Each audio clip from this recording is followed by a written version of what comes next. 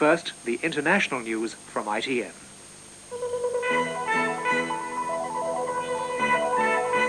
The news at 5:45 with Martin Lewis.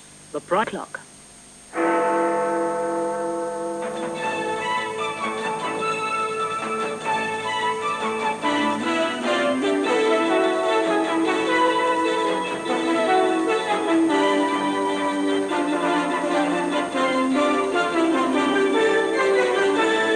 This is the News at 1 from ITN with Leonard Parkin. Hello, good afternoon.